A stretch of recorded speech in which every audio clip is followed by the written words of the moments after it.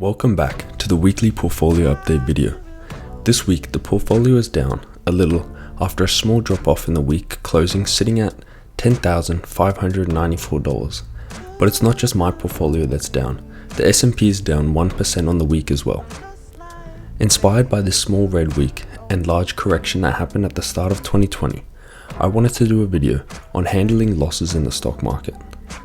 Anyone, even the best investors, such as Warren Buffett, have made mistakes and lost money in the market. There's no way around it. If you invest in stocks, you're more likely going to lose money at some point. Sometimes the loss is immediate and clear, such as when a stock you bought at a higher price has plummeted. In other cases, your losses aren't as apparent because they are more subtle and take place over a longer period of time.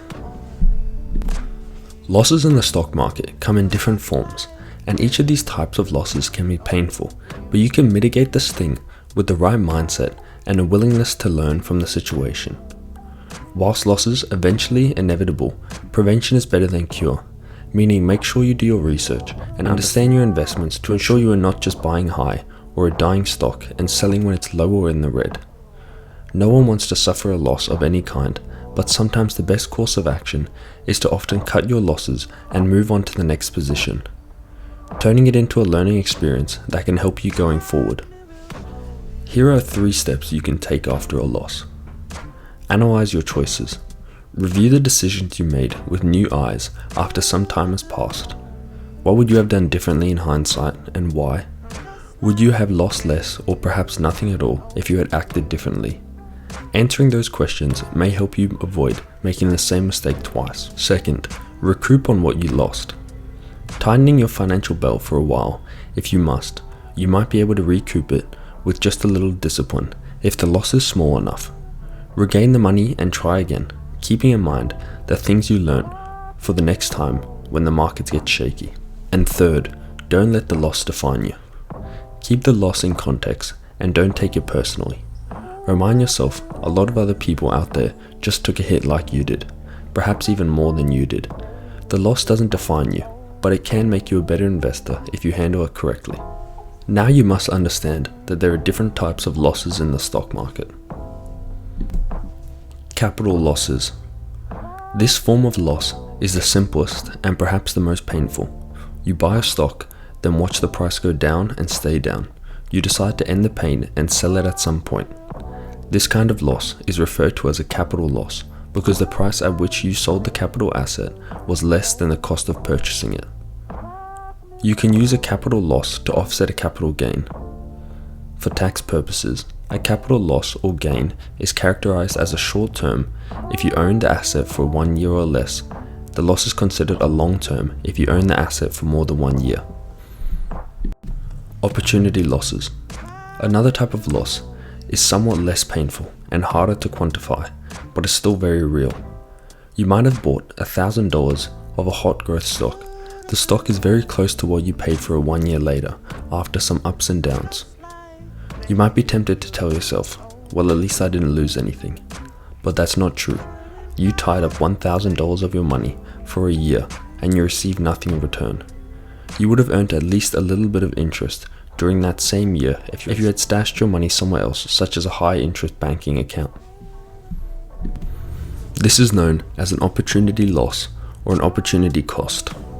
You've experienced an opportunity loss when a stock goes nowhere and doesn't even match the lower risk return of a bond. You've given up the chance to have made more money by putting your money in a different investment. It's basically a trade-off that caused you to lose out on another opportunity. Missed profit losses.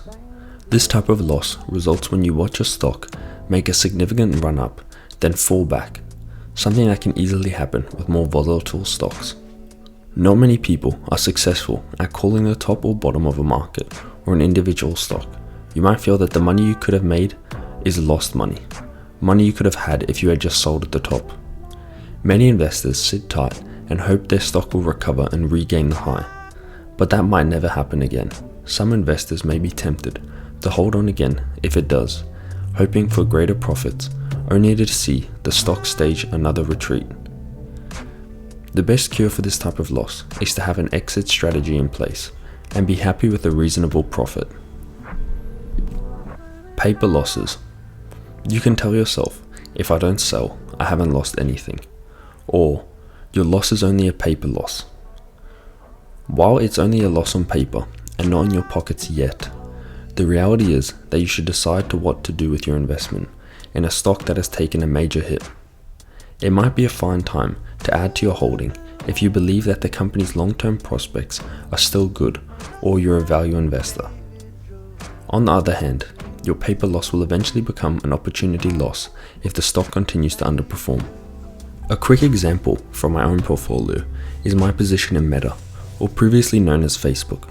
The tech giant currently sits at $222 per share after a rough period filled with drama and controversy surrounding the company. My average share price is around $335 per share, and I own 2.89 shares, which might not sound like much, but in a small portfolio like this, every dollar counts.